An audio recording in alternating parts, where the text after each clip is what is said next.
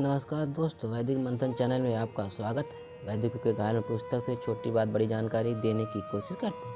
पिछली वीडियो हमने देखा कि भारत में 850 ईस्वी से पहले धर्म को धम्म कहा जाता था, जिसका अर्थ होता था प्रकृति का गुण, स्वभाव अथवा कुदरत के कानून या निसर्ग के नियम या फिर सृष्टि के विधान को कहते थे। अभिलेखों पर भी लिखा मिला है, वो भी पाली भाषा में।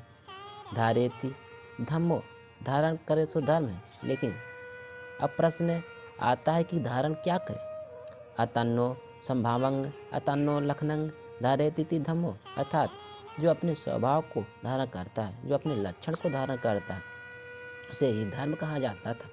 कहने का तात्पर्य है कि जो अपना स्वभाव और लक्षण अच्छा धारण किया है उसे सुधर्म मतलब धार्मिक, तथा अगर कोई अपना स्वभाव और लक्षण बुरा धारण किया है तो उसे अधर्म मतलब अधार्मिक बोला जाता था।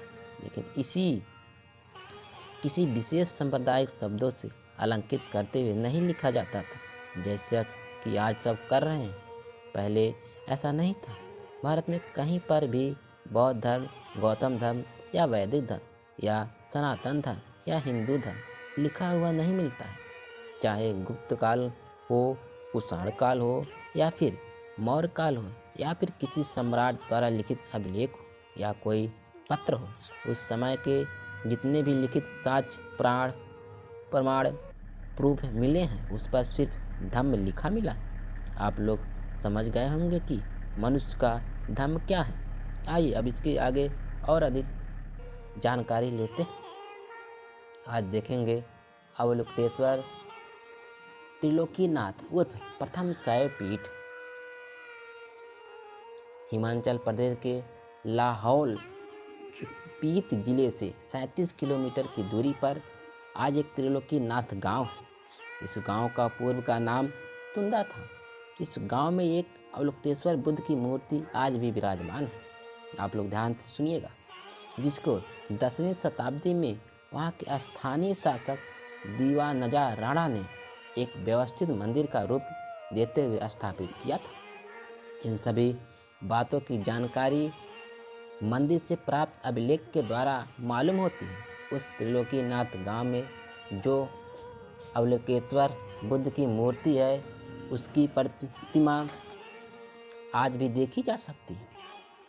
आप लोग तो इस चित्र को देख लिए होंगे। वैसे बता दूं कि इसके पहले कहीं भी वैदिक संस्कृति की कोई मूर्ति नहीं मिली। भारत में वज्रयानी परंपरा द्वारा निर्मित एक पहली मूर्ति है, जिसमें एक आकृति गौतम बुद्ध के रूप में बैठी और वह आकृति स्वयं अपने माथे पर साक्षात गौतम बुद्ध को विराजित किए हुए। इस मूर्ति की बनावट को देखकर स्पष्ट हो जाता है कि वज्रयानी परंपरा के अनुयायी लोग अपनी मानसिकता में गौतम बुद्ध को बैठाते हुए अपने अपने बोधिसत्व की मूर्ति का निर्माण भी कराने लगे थे। इसी का परिणाम है कि इस काल के बाद से भारत में मार्गदाता गौतम बुद्ध के स्थान पर बुद्ध के विभिन्न अनुयायी अलग अलग अपने नाम से पंथ को बनाने लग गए थे। इसी समय अवलोकितेश्वर बोधिसत्व वाली परंपरा के कुछ तथाकथित दिग्भ्रमित अनुयायी लोगों के मानस पटल पर मार्गदाता गौतम बुद्ध के ध्यान से हटकर अलग प्रकार के एक अलौकिक ईश्वर रूपी काल्पनिक अवतार का चित्रण होते हुए शैव पंथ मतलब शंकर भगवान या शिवलिंग का अनुकरण हो गया था। इसी कल्पना को पनोत्सात करते हुए आगे वज्रयानी बौद्ध परंपरा में त्रिलोकी अवलोकितेश्वर बुद्ध मूर्ति का निर्माण किया था। इसके शरीर में 6 हाथ तथा अवतरित पुरुष के माथे पर स्वयं मार्गदाता गौतम बुद्ध ध्यानमयी मुद्रा में विराजमान है। नीचे अवतरित पुरुष को 6 हाथों के साथ कमल फूल पर बैठे हुए दर्शाया गया है। उनका एक हाथ भूमि स्पर्श मुद्रा में है तो दूसरा हाथ शिक्षा देने की मुद्रा में, बाकी हाथों को ध्यानमयी मुद्रा में रखा गया है। परंतु आज इस मंदिर के कर्मकांडी पुजारी द्वारा स्थापित मूर्ति में महामानव गौतम बुद्ध की मुद्रा वाले प्रदर्शित हाथों को कपड़े से ढक दिया गया ताकि इस मंदिर को आज शिवपीठ कहा जाए। आज भी इस मंदिर में बौद्ध और शिव परंपरा ब्राह्मणी परंपरा वाले दोनों अनुयायी यहाँ आते हैं। लेकिन भारत में अंग्रेजी काल में से मनुवादियों द्वारा सही साक्ष्यों को छुपाते हुए गलत साक्ष्यों पर इतिहास लिखने की वजह से आज के लोग इस सच्चाई से अनभिज्ञ, जिसकी वजह से भारत में बहुसंख्यक लोग उसी वैदिक कल्पना के पक्षधर होकर 6 हाथ वाले शिव पर झूम रहे हैं, क्योंकि वैदिक सनातनी मार्ग के संस्थापक लोगों को इसी काल्पनिकता के फैलाव से आज मान सम्मान मिल रहा है। अब कोई अपनी कल्पना द्वारा प्राप्त मान सम्मान को आज की साक्ष्य युक्त सच्चाई से क्यों खोए, परंतु उन्हें मान सम्मान देने वाले समाज को यह सच्चाई जरूर बताई जानी चाहिए। भारत में इसी प्रकार की मूर्तियों से तथा कथित वैदिक वालों की परंपरागत मूर्ति का मिलना शुरू होता है, जो मार्गदाता गौतम बुद्ध की अवलोकतेश्वर वाली मुद्रा का है। लेकिन आज के तथाकथित वैदिक सनातनी परंपरा के समर्थक लेखक अवलोकतेश्वर को गायब करते हुए इसमें अपने तथाकथित वैदिक ईश्वर वाली परंपरा को जोड़ना शुरू कर देते। आज इस त्रिलोकीनाथ मंदिर को भारत का प्रथम शैवपीठ भी कहते हैं। दूसरा, बुद्ध स्तूप की चौकी अर्थात प्रथम शिवलिंग। इसको देखें, आज के वैदिक मतानुयायी गण सिंधु सभ्यता से मिले लिंगानुमा पत्थर को शिवलिंग से जोड़ते हैं, परंतु सच्चाई यह है कि उस काल में प्रजनन के रूप में लिंग अथवा योनि का महत्व जरूर था, लेकिन शिवलिंग अथवा योनि का कोई साक्ष्य नहीं मिला है। उस समय से अब तक नदी पहाड़ों से मिले किसी भी गोलाकार पत्थर को आज के शिवलिंग से जोड़ते हुए अपनी डफली बजाना अलग बात है, लेकिन आज के शिवलिंग की बनावट वाले साक्ष्य के रूप में इस पूर्व में प्राप्त शिवलिंग का चित्र दिखाते हुए डफली बजाओ तो जाने। यह किसी भी मनुवादी लेखक के वश का रोग नहीं, लेकिन मैं आप लोगों को एक शिवलिंग की तस्वीर दिखा रहा हूँ जो बिल्कुल ही आज के शिवलिंग से मेल खाती है। यह शिवलिंग मथुरा के पास में गौड़ेश्वर किला की खुदाई से प्राप्त हुआ है।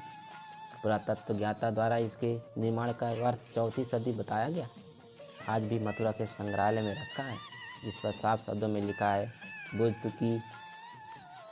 बुद्ध स्तूप की चौकी स्रोत मथुरा संग्रहालय में स्थित। 788 ईस्वी में केरल के अंदर एक शंकर नाम के बालक का जन्म होता है। आज के भारतीय इतिहास में इस शंकर को आदि शंकर के नाम से भी लोग जानते हैं। ये आदि शंकर इसी अवलोकतेश्वर बुद्ध वाली बुद्ध मूर्ति से प्रभावित होकर अपना एक अलग संप्रदाय बनाते हैं, जिसका नाम वे शैव पंथ रखते हैं। यह शैव पंथ ब्रह्म अद्वैतवाद सिद्धांत का प्रतिपालन करते हुए कार्य करता है, जिसमें माना जाता है कि ब्रह्म सत्यम जगत मिथ्या है, यानी इस सृष्टि को बनाने वाला सिर्फ अलौकिक ब्रह्म है, बाकी सभी जानकारियाँ मिथ्या हैं, यानी पूर्व के सृष्टि निर्माण से लेकर सभी बातों की प्रकृति प्रदत्त वाली मान्यता के स्थान पर अब अलौकिक ब्रह्म प्रदत्त मान्यता का रूप दिया जाने लगा। अवलोकतेश्वर बुद्ध का साक्ष्य अपने सामने है, जिसको आदि शंकर ने अपने शैव पंथ से जोड़ते हुए स्थापित किया था। यद्यपि आदि शंकर ने ही भारत की चारों दिशाओं में स्थापित बौद्ध पीठों पर कब्जा करते हुए अपने ब्रह्म सत्यम जगत मिथ्या को 4 शैवपीठ में रूपांतरित करने का कार्य किया, और इनके जन्म से पूर्व उन सभी 4 पीठों पर बौद्ध विश्वविद्यालय के साथ साथ बौद्ध मठ होने का आज भरपूर साक्ष्य मिलता है। फिर भी आदि शंकर को अद्वैत वेदांत का प्रणेता और भारतीय नकली पुरातन परंपरा को पूरे भारत में फैलाने का श्रेय प्राप्त। भारत के चारों कोनों में 4 पीठ और सभी के साथ एक एक वेद को जोड़ने का श्रेय आज के वैदिक लेखन इनको देते हैं। साथ ही हर वेदों के अलग अलग नामों के साथ हर पीठ के शंकराचार्य को अलग अलग पद नाम सरनेम से संबोधित करने की प्रथा को भी इन्होंने स्थापित किया था, जो आज भी बदस्तूर सुचारू रूप से चल रहा, जिससे स्पष्ट होता है कि इस वेद का संस्थापक आदि शंकर या इसके बाद का कोई गुमनाम व्यक्ति। नंबर 1, श्रृंगेरी चिकमंगलोर कर्नाटक, यजुर्वेद और पदनाम सरस्वती भारती। नंबर 2, शारदा द्वारका गुजरात, सामवेद और पदनाम तीर्थ आश्रम। नंबर 3, ज्योतिर्मठ बद्रिका आश्रम उत्तराखंड, अथर्ववेद और पदनाम गिरी सागर। गोवर्धन मठ पुरी उड़ीसा, ऋग्वेद और पद्मनाभ अरण्य। आदि शंकराचार्य को उनके अनुयायी अलौकिक ब्रह्म रूप शिव यानी जगत का कल्याण करने वाले जैसा चित्रण करते हुए साक्षात अलौकिक ब्रह्म शिव का अवतार मानते थे। इसलिए इन्होंने अपने हाथों से 12 ज्योतिर्लिंग की स्थापना की। लेकिन आपको इन 12 ज्योतिर्लिंग पर बहुत ही आश्चर्य तब होगा जब इसकी लिखित चर्चा सभी वैदिक सनातनी ग्रंथों सहित रामायण महाभारत में भी मिलेगी। यानी इसके पहले कोई 12 लिंग नहीं था और कोई पीठ धाम भी नहीं था और कोई वैदिक ग्रंथ भी नहीं था। लेकिन आज तो यहाँ के वैदिक अनुयायियों की मान्यता है कि यह 12 ज्योतिर्लिंग, 4 पीठ और वैदिक साहित्य भारतीय सभ्यता और संस्कृति में सिंधु सभ्यता से भी पूर्व की। ये वही 4 पीठ है, धाम है जिसका वर्णन रामायण में मिलता है। उल्लेखनीय है कि आज अपनी प्राचीनता को दर्शाने हेतु वैदिक मत के कुछ समर्थक लेखकों ने वैदिक साहित्य में 4 पीठों का काल्पनिक चित्रण कई हजार वर्ष पूर्व से किया, जबकि साक्ष्य आपके सामने। आदि शंकर के कार्य क्षेत्र का जो मुख्यालय रहा था उस स्थान का नाम आज केदारनाथ। आज केदारनाथ मंदिर के पीछे आदि शंकर की समाधि स्थापित। आज कोई भी केदारनाथ जाकर उस समाधि का अवलोकन कर सकता है। यह किस काल की बनी है इसे भी जानने का प्रयास करें, क्योंकि आज के कुछ वैदिक अनुयायी आदि शंकर को ईस्वी सन के पूर्व का बताते हैं, परंतु समाधि की संरचना पाल काल 8वीं-9वीं सदी की है। अब कोई यह बताए कि क्या आदि शंकर का जीवन 1000 वर्ष से ऊपर रहा था। केदारनाथ एक बौद्ध स्थल था जिस पर आदि शंकर ने अपना आधिपत्य जमा लिया था। बाद में उसी जगह पर आदि शंकर के अनुयायियों ने आदि शंकर की मृत्यु के बाद उनकी समाधि बना दी। इस केदारनाथ और बौद्ध स्थल पर साक्ष्ययुक्त चर्चा आगे मिलती है। आज के लिखित ब्राह्मणी साहित्य में उस केदारनाथ के ऊपर चर्चा है कि इस केदारनाथ मंदिर की स्थापना द्वापर युग में पांडवों ने करवाई थी। भाई, पांडव और द्वापर युग एक कब का काल है? क्या इसका कोई साक्ष्य मिला? कुछ लोग कहते हैं कि इस स्थान का निर्माण स्वयं आदि शंकर ने करवाया था। कुछ लोग कहते हैं कि त्रिलोकीनाथ स्वयं प्रकट होकर निर्माण करवाए थे।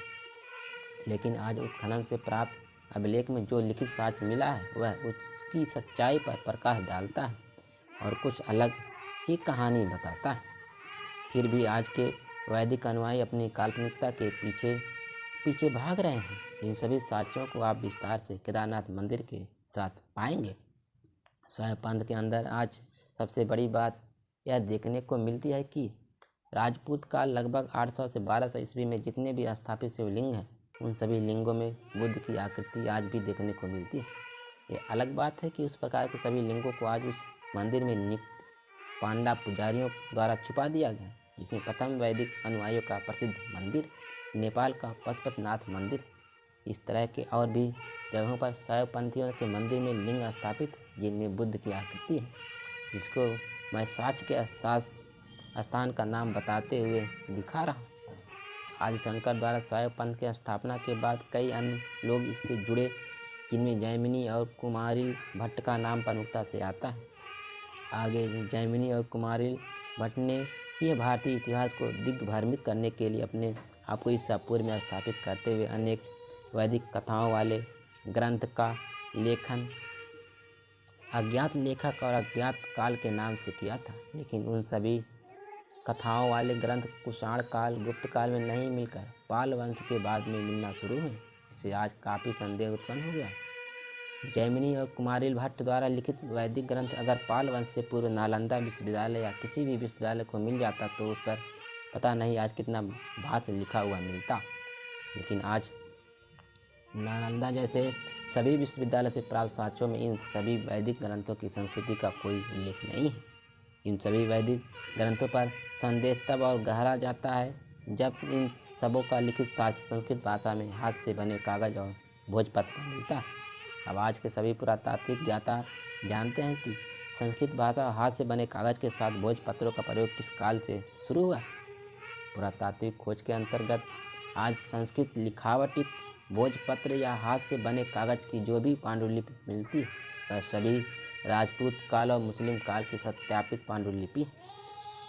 आदिशंकर द्वारा शैव पंथ स्थापित करने के बाद आंध्र प्रदेश के अंदर 1070 ईसा पूर्व में रामानुजाचार्य का जन्म हुआ, जो ब्रह्म सत्य जगत मिथ्या की अवधारणा से अलग अपने अन्य मत को स्थापित करते हुए पूर्व के अवलुप्तेश्वर बोधि सत्य से प्रभावित होकर अवतारवाद की अवधारणा पर वैष्णव पंथ की स्थापना करते हैं। रामानुजाचार्य जी का कार्य क्षेत्र बहुत रूप से आज के बद्रीनाथ को माना जाता है। वैज्ञानिक परंपरा में जो वहाँ बुद्ध की मूर्ति स्थापित थी, उसी को रामानुजाचार्य ने विष्णु का अवतार बनाते हुए विष्णु मंदिर के रूप में स्थापित किया था। 13वीं सदी में जन्म लेकर मध्वाचार्य ने रामानुजाचार्य के वैष्णव पंथ को काफ़ी आगे बढ़ाया। आगे इन सभी बातों का साँच के साथ साथ तमाम पूर्वकालीन वैज्ञानिक स्थलों को उद्धृत होगा। आज वैदिक संस्कृति के प्रमुख स्थल बनाकर सुशोभित किए जा रहे हैं। अभी तक आप लोग अवलोकेश्वर बोधिसत्व और वैज्ञानिक मार्ग से शैव पंथ, वैष्णव पंथ और शाक्त पंथ के उद्गम से परिचित हुए, लेकिन आगे विस्तार से इनके अनुयायियों द्वारा पूर्व के बौद्ध मंदिरों का रूपांतरण करते हुए शैव, वैष्णव और शाक्त पंथों को बदलते देखेंगे, जिसको आज का ब्राह्मणी वैदिक रूप भी कहते हैं। मुस्लिम काल में इन तीनों पंथ शैव, वैष्णव और शाक्त पंथों में आपस में बनती नहीं थी। तीनों पंथों में हमेशा विवाद का साक्ष मिलता है। वैदिक मान्यता की जितनी भी पांडुलिपि मिली है, वह सभी पांडुलिपि Bhandarkar oriental research institute Pune में सुरक्षित है। भंडारकर ओरिएंटल शोध संस्थान पुणे स्थित एक संस्थान है। इसकी स्थापना 6 जुलाई 1917 को पूना में माननीय रामकृष्ण गोपाल भंडारकर की स्मृति में की गई थी। माननीय भंडारकर भारत में प्राचीन विद्या के सुप्रसिद्ध अग्रगामी नेताओं में से एक थे। स्थापना के दिन ही रामकृष्ण भंडारकर ने अपनी पुस्तकों और शोध संबंधित पत्रिकाओं का बृहद पुस्तकालय संस्थान को अर्पित कर दिया और एक वर्ष बाद बम्बई अब महाराष्ट्र की सरकार ने प्राकृत और संस्कृत के 20,000 से अधिक हस्तलिखित ग्रंथों का अपना बहुमूल्य ग्रंथ संस्थान को दे देने का निश्चय किया। इसके सिवा उसने बम्बई प्राकृत और संस्कृत ग्रंथमाला के प्रबंध का भार भी संस्थान को सौंप दिया। भंडारकर ओरिएंटल शोध संस्थान पुणे ने 28,000 पांडुलिपियों में से मात्र 30 पांडुलिपियों को ही ऋग्वेद से संबंधित माना है, जिसमें सायण द्वारा लिखित वेद पर टीका भी है। 30 पांडुलिपि कश्मीर, गुजरात, राजस्थान, मध्य प्रदेश, उत्तर प्रदेश आदि जगहों से प्राप्त की गई थी। ये पांडुलिपियाँ विभिन्न जगहों से प्राप्त करते हुए एल्फिंस्टन कॉलेज बम्बई लाई गई। वहाँ से 1878 में दक्कन कॉलेज पुणे को भेज दिया गया। बाद में इन्हें भंडारकर इंस्टीट्यूट में रख दिया गया। भोजपत्र वाली पांडुलिपियाँ अत्यंत खराब दशा में है, जबकि कागज़ वाली पांडुलिपियों की स्थिति कुछ अच्छी है। ये शारदा लिपि देवनागरी तथा देवनागरी परिशिष्टा मात्र में लिखी गई। इनमें सबसे पुरानी पांडुलिपि 1464 ईस्वी की है, जिस समय भारत में मुसलमानों का शासन था। मैक्समुलर ने इनमें से जिस पांडुलिपि को पढ़कर किताब लिखा हुआ सायण का भाष्य। आज बस इतना ही, फिर मिलेंगे हम अगली वीडियो में। तब तक के लिए नमस्कार।